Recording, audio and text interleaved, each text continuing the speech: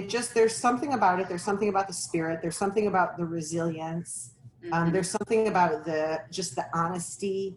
I feel like with Detroit, it's just like similar to with Liz Blondy, similar to with Canine to 5. Like what you see is what you get, you know?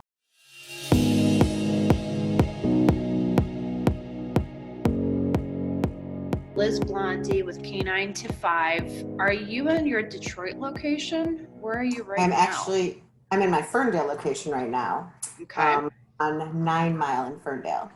So I know about the Detroit location, and I know that the Ferndale location exists. I haven't seen it yet, but big kudos to you, because I know that there was a big push and a big build out for that over the last couple of years. But before we jump into the business side of things and hearing about what you're doing with stirring up some controversy and conversation within Detroit, which is a good thing.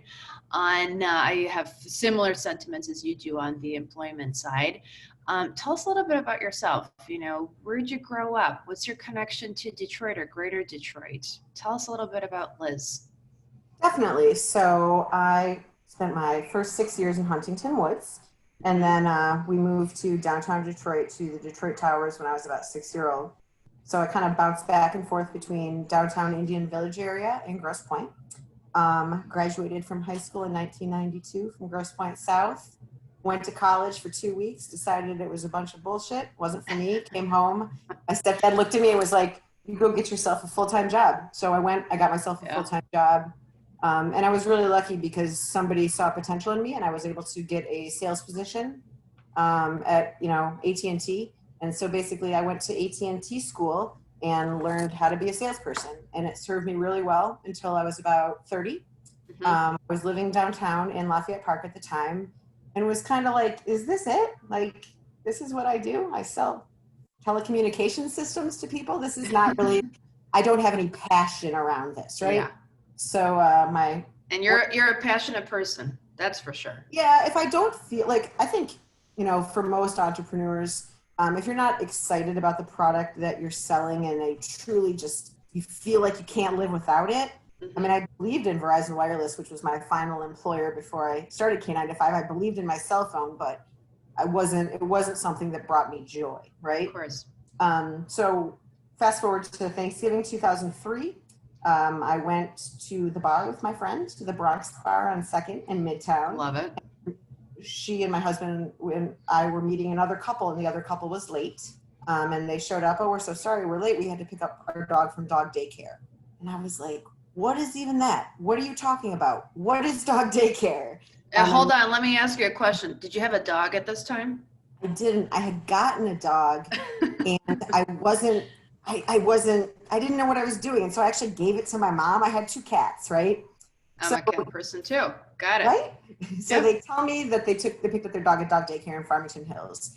He was a state rep working in Lansing at the time. She was a law student in Michigan. So maybe it was a little convenient for them to drive to Farmington Hills, but it would not have been convenient for most people who lived in and around downtown. So I asked them a few more questions. I'm very inquisitive. I asked a few more questions about this dog daycare thing. And then I turned and I looked at Pat and I said, I'm going to open up a dog daycare in downtown Detroit. Oh my God. Like, okay, Liz. And then that was in November of 2003. And I opened Canine to 5 Detroit in May of 2005. So, the next time someone says to me, I can't do that, or I don't know how to do that, big deal, man. Just do it. Like, you can figure it out. I opened a dog daycare in downtown Detroit. So the first couple of years were pretty slow going. And then, we kind of kept getting busier. In 2011, when Quicken Loans moved downtown, it was really transformative for our business. Sure. And so I had purchased the adjacent property and was going to build a building at that time to expand my Detroit location. And in 2011, nobody really wanted to loan me money to build a building in downtown Detroit, obviously. So I had been working with a friend who had been advising me, and he said, hey, why don't you think about Ferndale? And I thought, wow, that's only 12 miles away. That would work. There's already a dog daycare there. And I'm really glad that he pushed me, because we opened in January of 2013 and we outgrew the space. I had rented the building. We outgrew the space by October of 2013. So it was a good sign that dog Yeah. daycare was going to be successful in Mhm. in Ferndale. Opened up. Sorry, lost track. Purchased a building. I was looking for a 12,000 square foot building in Ferndale. I ended up with this 22,000 square foot monstrosity that I'm sitting in right Wow. now. So, and then in 2016, the SBA lender who had lent me the money to purchase this building in Ferndale said, yeah, you know what? We'll loan you money to build a building in Detroit if that's what you want. So we embarked upon a large construction project. We added about 10,000 square feet to the Detroit location. Spent just over $1.5 million on that project. We increased our capacity by quite a bit. So, that takes us to kind of now. Business was great. Yeah, well, we'll get into what happened 2 months ago in a minute. Right. Why Detroit, though, first and foremost, of all places? I mean, coming from where you came from, and the challenge that Detroit was facing in 2003. Why? So when my parents moved downtown in 2006, my mom opened a store in downtown Detroit, and she had a store in Pleasant Ridge. She relocated it to downtown Detroit. And I think that's probably when I fell in love with Detroit. And I guess I didn't even realize it, but maybe that's when I fell in love with small business too. I remember being downtown, and it was, I think I look back now and it's crazy. This woman, my mom, just like let me run around downtown when I was and go to Mickey's and get a pop, and then go over to remember Stickers, and go up on the roof to watch the Grand Prix, and just go over to McDonald's to get some fries. And it was just so amazing. And so, as soon as I graduated from high school, I was like, okay, I want to move back to Detroit. There's something about it. There's something about the spirit. There's something about the resilience. There's something about the honesty. I feel like with Detroit, it's just like similar to with Liz Blondy, similar to with Canine to 5. Like what you see is what you get. Yeah. You don't like it, it's not for you. It's not the cleanest place. It's not the prettiest place. It's not the nicest place. We don't have the best climate, but it's home. And I know it sounds like such a cliche. People are always like, oh, the best thing about Detroit are the people. It's pretty true. The resilience, the willingness to help other people. Just over the last 15 years in business, the number of people who I didn't even know that I could just reach out to and say, hi, can you help me? Jackie Victor and Scott Lowell and Joel Landy and Sue Mosey and Brian Boyle, and just the dozens of people that just helped me. That's why Detroit, because of this helpful, generous spirit that exists in almost everyone. Were you looking at different locations besides Midtown for your space, or it was just kind of it happened and that was the perfect spot? No, actually, my mom actually found the building. She called me one night and she's like, God bless moms. Right? Yeah. I'm in front of this building on Cass Avenue. And I was like, Jesus, Mom, what are you doing there? That's dangerous. Get out of there. And she's like, it looks like it's empty. There's a for lease sign on it. You should check it out. Wow. And, I had looked at a building. I had looked at a couple buildings in Corktown. I knew I wanted to be right near downtown. I knew I wanted to be near Wayne State. I wanted to be near the DMC. And, I'm in love with my neighborhood in Midtown. It's amazing.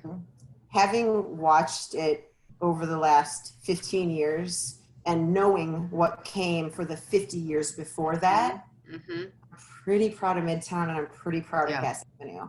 Yeah. I mean, I remember it like you do. Also growing up and coming in from the burbs, and we'd be there, God, I don't even know, 5 times a week practically, like constantly in downtown running around. I used to dance as a kid, if you remember the Ford Auditorium that was on the water? And then I was big into ballet back in the day, so we would have our holiday, times there. But we loved, my whole family, we were constantly in downtown Detroit, and you see it evolve, and then you go down as a teenager, to your point, Cass Avenue. Yeah. Oh my God, I remember the clubs and all the days of having fun in Detroit, and it's a completely different place. Amen to Sue Mosey and team and you and small businesses there. Cass Avenue is now really, I think, what's it's in its prime on the retail side. Again, 2 months ago, we'll talk about that in a minute, but so much hard work went into building out Cass Avenue and Midtown.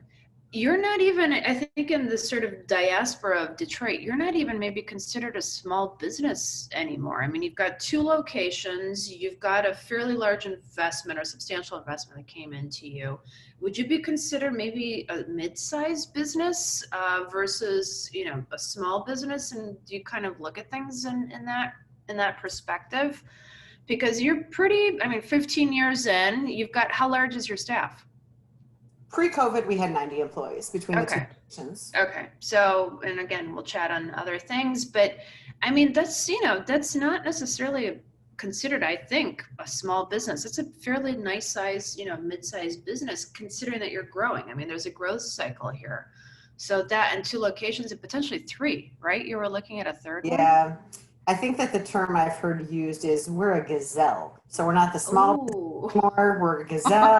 I think I actually learned that from Model D a few years ago. Nice. Those guys are so smart. Yeah. Brian So, and team. Very different business now than when I first started. And that's actually one of the biggest challenges that I've experienced in COVID is that I used to know how to run a 20 dog a day daycare. We're hitting 150 to 200 a day per location in January and February. And I don't really know how to run a tiny business anymore. So I understand what you're saying. I mean, we're still a small business. We have less than 500 employees. Of course. No. Get that. Get that. Everyone, we're a small business. No, but, get that. But it's very different. We've grown a lot. It's a lot harder to run a business with 90 employees than it was when it was just like me and 3 other people taking dogs all day. Sure. But I think in the general scheme of things, we're still a small business in terms of my involvement, in terms of the relationships that we have with our clients, the relationships that we have with the community. And we have managed to maintain a very solid family internally. You know, our employees are our family. So I like to think that although we had to, you know, kind of grow our systems, grow our real estate, I still want to maintain a small business. No, your mindset for sure, which is, I think, all about the neighborhood, the family, the inner structure, the taking care of one another. And clearly pets are such a big part of everybody's family. So, I mean, it's an extension to anybody's family to have 4-legged friends of theirs and family members of theirs that you're taking care of. Do you have, I know you can't name names, do you have favorites? Is it possible to have favorite furry 4-legged friends that are within your 100%. auspice? But you can't name names. No, I'll never forget. What was his name? It was a pug. Its name was Charlie. And it was like my 3rd year in business. And Pat and I had gone on vacation. We're actually laying on the beach in VA case. And I look over at him and I'm like, I miss Charlie. And he's like, who's Charlie? I'm like, he's a pug. You know, so we definitely that's so we cute. fall in love every day with dogs. Sure. 5, and I have like my favorite small dog, my favorite large dog, and then I have like, oh well, this dog's not very nice, but the owner is amazing. It's a lot of relationships. I believe it. I always think to myself that I actually don't really just have one client. I actually have 2 clients, and really I have 3 clients. So my first client is my employee. I need to make sure that my employees are happy here and that they feel good about working here. So that's got to be the number one obligation because I can't take care of that many dogs by myself. My second client is the person with a wallet, the human, the 2-legged client that comes through the door. And then we have our 4-legged client that we have to serve. And really, if we're not doing a good job of taking care of the 4-legged client, then the 2-legged client is going to take their business elsewhere. And if I'm not doing a good job of taking care of the employees, then they're not going to do a good job of taking care of the dogs. Yeah. So it's all this big kind of cycle that runs together. And there's a lot of psychology involved in it too, isn't there? Managing, let's say, you know, teams and employees and kind of making everybody feel safe and secure and happy also and working and wanting to work for you. And of course, more than ever. Yeah. So let's, twist onto that little discussion and conversation. So I too am a small business owner and entrepreneur for about 20 years myself. I don't, no dating here, but I'm proud of that as you are. And a woman and all these good things, and from Detroit and around Detroit. And we have a smaller business than you do employee wise, but it's definitely not been an easy time, obviously, now. And shifting and looking at different models on our end, we're digital and we're content, so we're quite busy, knock on wood, in the sense of consistency. But there's a lot of things that didn't happen that were going to also happen that we had slated. So, you know, what now? How, because we've also now been through the last 2 months of this S storm of stuff that's been going on. Knock on wood, everyone is safe and healthy on your end and on our end too, thank goodness. But what now? How do you kind of real time, it's IRT, how do you in real time pivot and shift and figure out with the business side of making money, but then also on the personal side and the protection side of the employees that you have? So what do talk us through, walk me through some of your thoughts. Yeah, that's been the biggest struggle of Corona. We never closed. Mm-hmm. We laid off about 90% of our team Mm-hmm. in March, and we maintained with a very skeleton crew. We take care of a lot of dogs of medical workers, of police and fire, and of City of Detroit employees. Mm-hmm.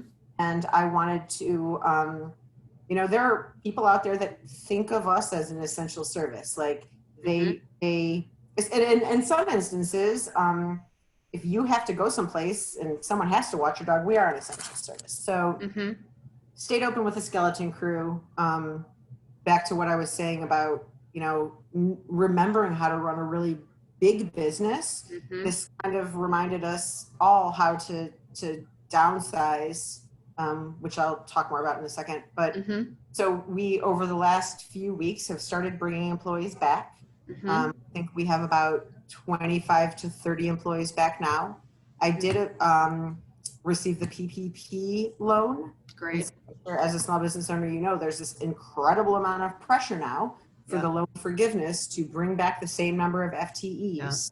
Hopefully it gets voted on this week and the forgiveness term is extended, because it's not set up to help businesses right now. I agree. The way that, basically, like, I didn't actually want to get a loan. I wanted to find a way to cover my employees. So for the last few weeks, we've been trying to schedule employees thoughtfully, but also trying to schedule them, to support the business, to support the employees' lifestyle and their feelings about all of this, and then to support these loan repayment requirements. It's been a big challenge. But I feel really, really grateful and lucky to be able to say that our customers are coming back like big time. We saw our numbers go up maybe 40 dogs a day last week. Great. We are in the 60s today on May 26th. And so I imagine that for the next few months, it's going to be, we'll be at maybe 40% of capacity. We have the best clients ever. We survey our clients a lot, and they are very free with their opinions. And about 70% of them said that they would still use a dog daycare, even if they're working from home through the end of the year. But about 25% of them said that they intend to board their dogs this summer. And for a business, I can accommodate 200 dogs a night. I think this weekend we should have had maybe 150 dogs, and I think we had maybe 20. So we're going to see a huge contraction in our boarding business, and that's really scary to me. I can't imagine how other businesses that are really reliant on tourism and travel are going to handle this. You think about Mackinac Island, you think about you think about these new hotels downtown. It's going to be really hard for everybody, and we're going to hang on. And our employees know that they need to hang on to. We're working really, really hard to provide them with PPE and to check all of the boxes and cross all the T's and dot all the I's, do all the things that we're supposed to do to keep employees safe. But you hear about in the state of California, employers will actually, their work comp will be held liable if an employee who is currently working for them is diagnosed with COVID. And that is this system is set up to fail small businesses. It's not my fault if one of my employees gets sick. If I'm doing every single thing that I possibly can, and then they decide to go hang out with their friends or, go to 7-Eleven and be sloppy and not wear a mask and touch everything. So sorry, I'm go off on a tangent right now. No. I mean, I'm a huge political, preaching to the choir. Political proponent, advocate, and I'm in the trenches as well. And I completely get it. So what do you think for you as a business owner were the hardest components of the PPP? It was difficult to even figure out the trail of action, what to do. But on the forgiveness side, like for example, with us, we have both consultants and employees. And this is why I was in limbo on whether I wanted to take the loan, because it would be a loan, not a grant at some point. And then do I want more debt, or debt of any kind on my shoulders? And now you have to repay it within, what is it, end of June, beginning of July, starting, if it's a loan.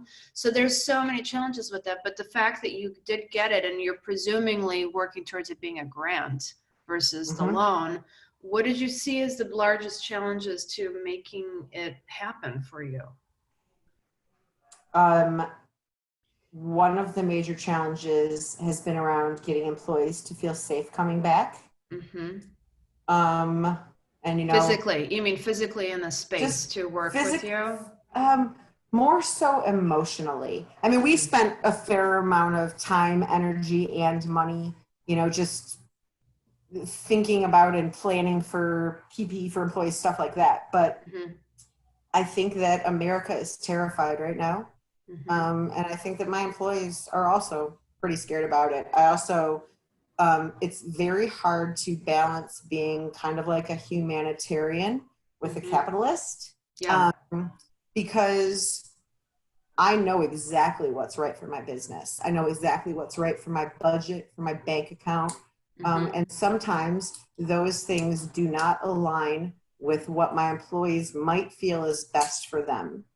So if it's a common topic now, but if an employee can, and I'm by no means am I painting anybody as a dead. No, we're in the same boat. I believe. But I'm going to share this video on social, and my employees are going to watch it, and I want them to know that I don't see somebody who's choosing to collect unemployment as something wrong with them, because you know what? We all paid into this system for the last however many years you've been working. Consider it Social Security in an earlier phase, Right. Oh, sorry, kids. We used to have this thing called 30. You're 22. Anyways. Exactly. So, with the PPP, from what I understand, if I offer you, Ivana, a job back, and you decline, I can then say to PPE, I offered her 40 hours and she did not decline, or she did not accept, and I can count those 40 hours towards my FTE status. That is what I've read. I don't know if that is accurate. And do you know anything about this? No, I think you're nailed it. I think that's exactly what the scenario is. And that's also where the challenge lies, because you're also looking at people that may or may not want to come back. You took the risk of taking on the grant / might become a loan if you're not able to qualify for all these conditions as you start ramping up your business again. And I know there's a lot of P's, but we're talking about PPP versus PPE. Right, but also PUA is something that comes up to us a lot. PUA, is the $600 that every American is able to collect right now. And I think that some of my employees feel like I'm taking that money away from them by asking them to come back to work. So let me then ask you something in that regard, business owner to business owner, woman to woman. They were getting paid something prior to this, whatever the dollar amount was, up to 2 months ago.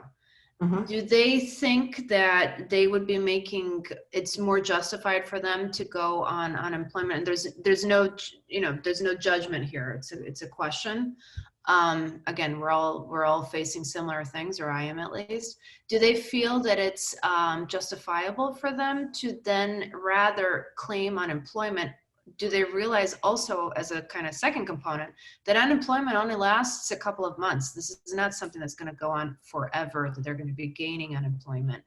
Is there a justification that they would feel that they would rather get unemployment versus, and this additional $600 a week as we're talking about with POA, versus a full-time job or a career or a part-time job, whatever the scenario is, but that's, let's say, guaranteed for a longer period of time?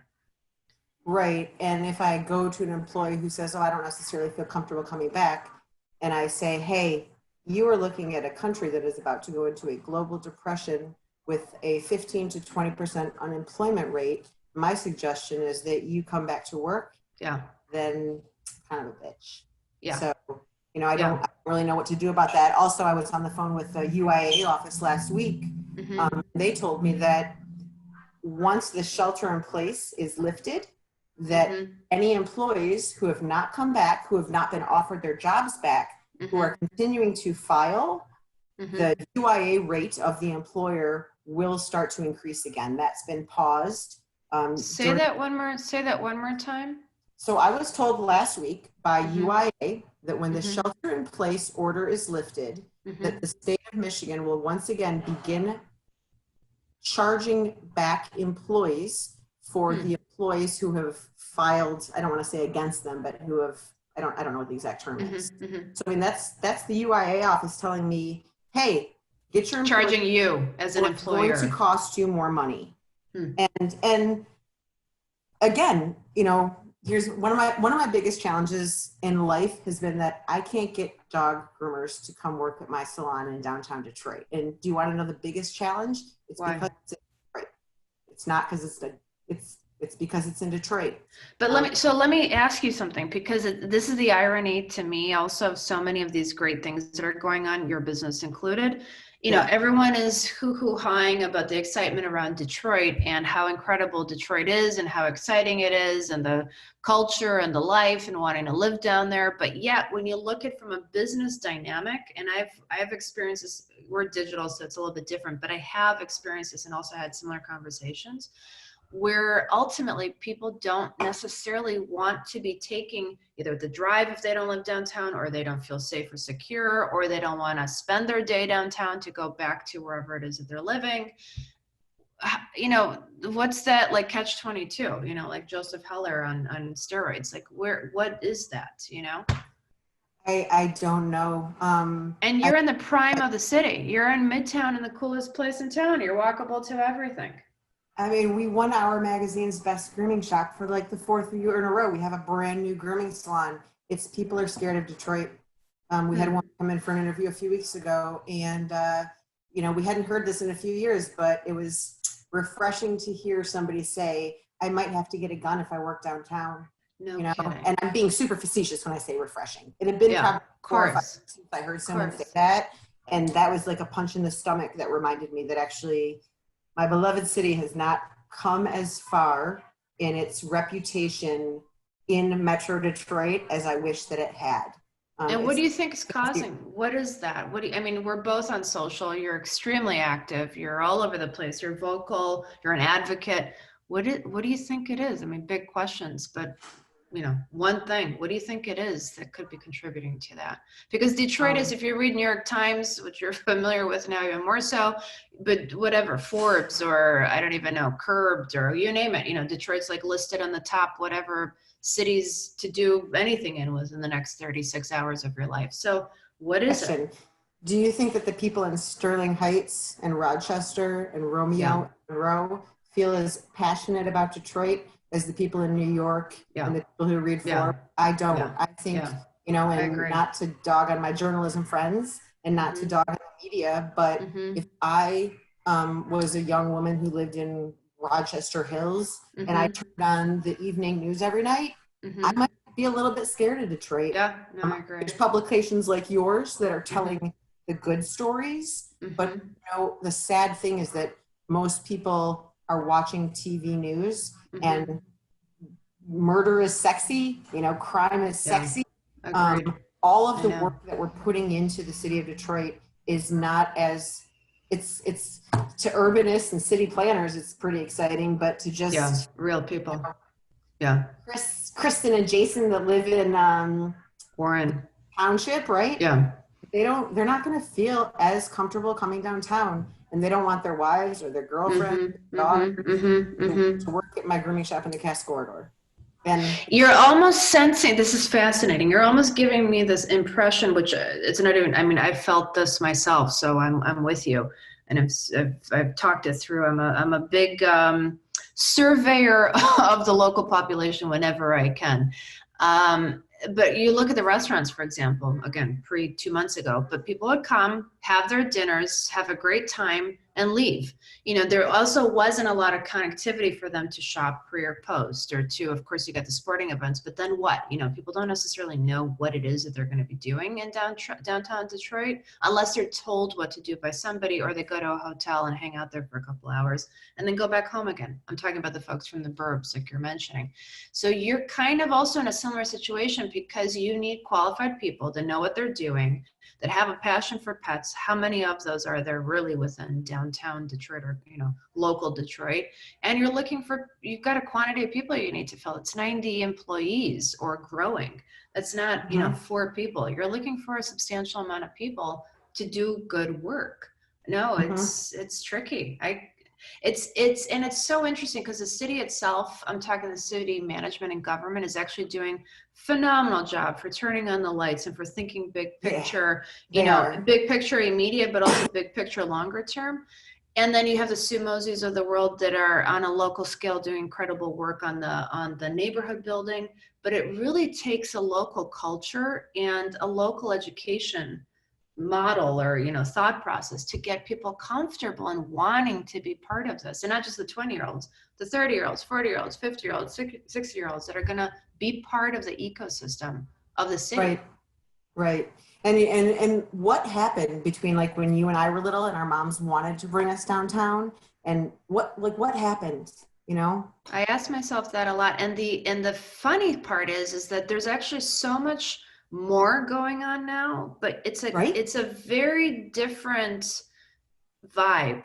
It's a very different vibe. It's incredible, and that's why I came back. I came back in 2014 to be part of this. I was out of state for a couple of years from 2008 to 2014, and saw an incredibly different city when I got back to Detroit again. I want to be part of it, like so many of us do again.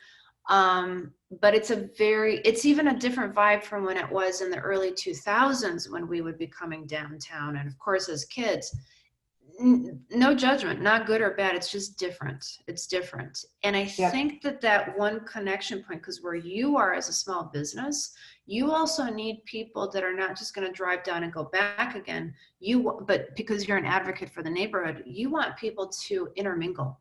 You want people to stay. You want people to, go to, Honest John's down the street and grab a burger. You want people to have this become part of their community structure as well. I'm presuming that's probably also why you wanted to be in downtown Detroit at the start. I want that, and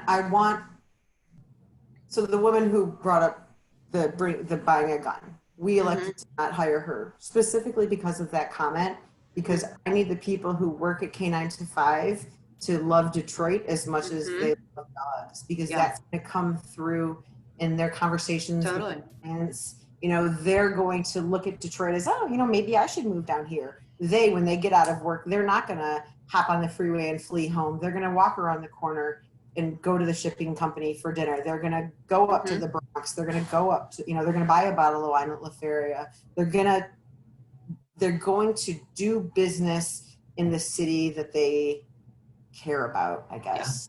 Yeah. And I think you're also as passionate about it probably as you are, because you're a believer in the growth of what can happen. I mean, you've got, yeah, you're a small to mid-sized small business owner, but you're also a passionate individual that's part of the ecosystem of the city, and you can see where it can go.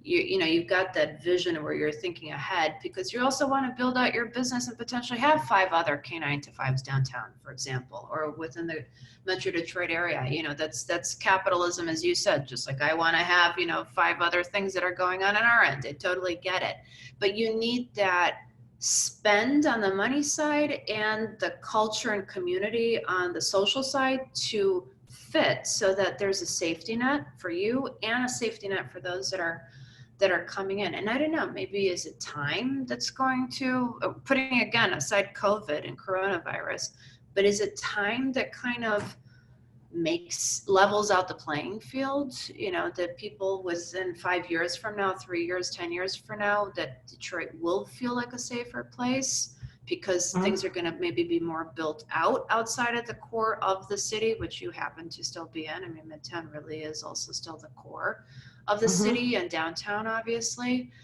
I mean, big topics and things that we think about all the time, of course, and things that we, you know, write about also with Detroitisit. And that's also why I decided to start a media platform, to have these kind of conversations with friends and new friends and colleagues and business owners. Because the beauty with Detroit to me is that, you know, how you would say, and I lived in New York for a long time, people would say, if you're in New York, you can make it, you know, you can make it anywhere once you make it in New York.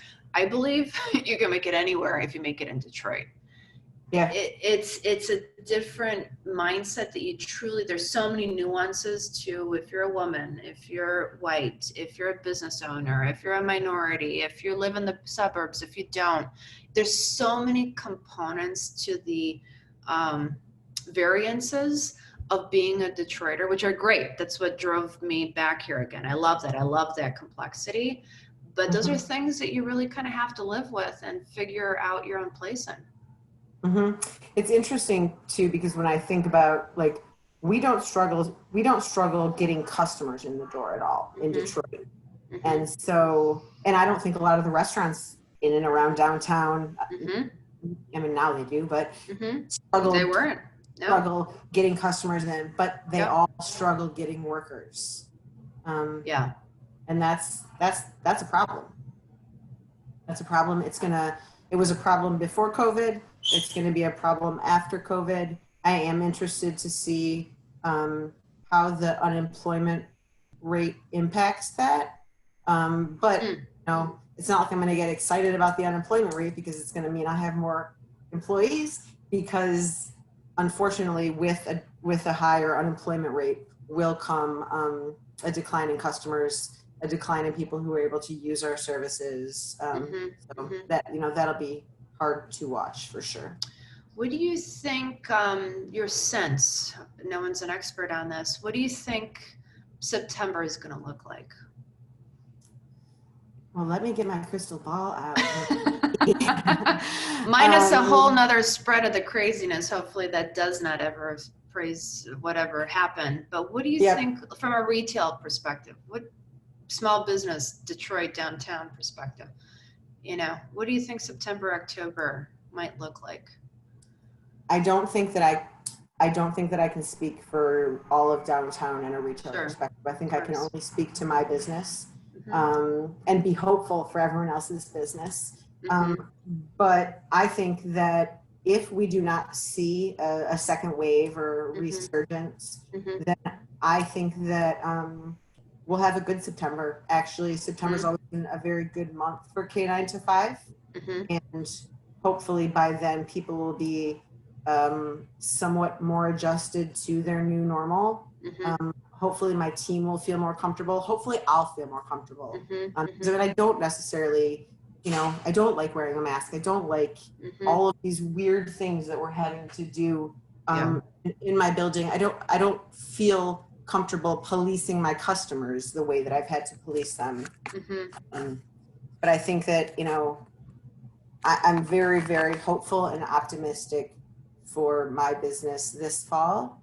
And, you know, I have seen some other business owners, a lot of my customers who are business owners just do some amazing pivoting over the last few months. And I feel, it's Detroit. Like this might not be the worst thing that we ever dealt with before. And if you were to able to open up a business here, 5, 10, 15, 20 years ago, like that was hard, man. You got this. Like we got this. It is going to be just as much work, if not more. But the people who are in it, and don't expect anything to be easy will be successful. And the people who weren't really trying that hard to begin with, that'll all kind of sort out wash. Yeah. Evolution of the fittest in so many ways, I think too. Yeah, no, I'm with you. We didn't shut down. We kept working. And so no, I feel the grief. I feel the pain, but I'm a big believer in challenge. I like things that kind of take me out of my norm. Clearly not on the health side for everybody, but I like it because you then are forced to be innovative. You're forced to not be comfortable. You're forced to look at things differently. So we've been lucky to be able to do that with the team that we have, which I'm so proud of on our end. Right. And I think to your point, Detroit's resilient. I mean, God bless the people of the city. I mean, truly resilient people. They just are.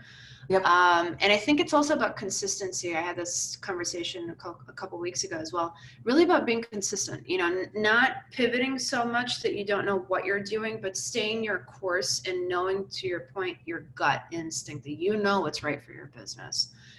Things are going to need to change, but you really know what's right for your business at the end of the day. It's you. I know what's best for my business. I know what's best for the dogs. I think that I know what's best for the employees. I don't know what's best for them in their whole personal lives, but I know what's best for them while they're at work. I was listening to a meditation the other day, and the woman was talking about, going into this with a strong back and a soft heart. And so I'm kind of trying to take that approach as I deal with customers, as I deal with employees. This is hard. Buckle up, man. Put your shoulders back, keep your back strong, but also come at it from a place where you are compassionate to everybody. That everybody is struggling right now. But again, don't forget that strong back, because a strong back is what is going to pay my giant mortgage every month. I'm not laughing out of tears of joy. I'm laughing because I know it's tough stuff. So 1,000,001 hours that we could be spending talking together, because there's so many things that I want to hear and learn. But what would be your 1, 2, 3 sort of top takeaways as a business owner for Detroit, as a woman, as a somebody that has the amount of passion and values that you have for the local community? What would be a couple of tips that you would give us as other Detroiters going through similar things? So my first tip would be, one of my least favorite things to do is be patient. So my first tip is going to be patient.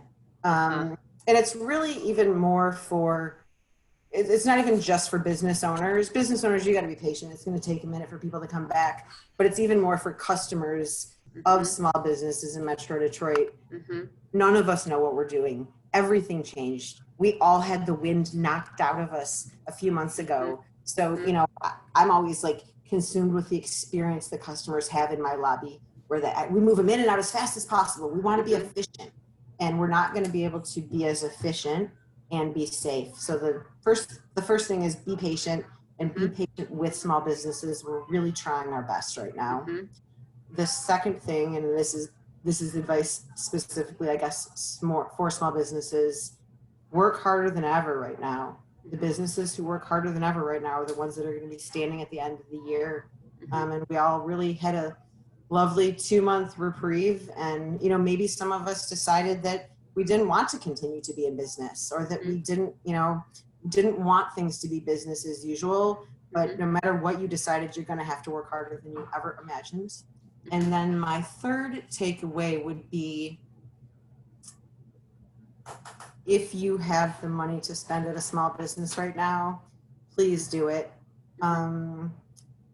Don't forget that the people that opened up Taco Bell You know, like there isn't a husband and a wife and a kid sitting at home thinking about how they're going to pay their bills at Taco Bell right now. The owners of El Rey, the owners of Lupitas, the owners of Il Nimicento, I eat a lot of tacos.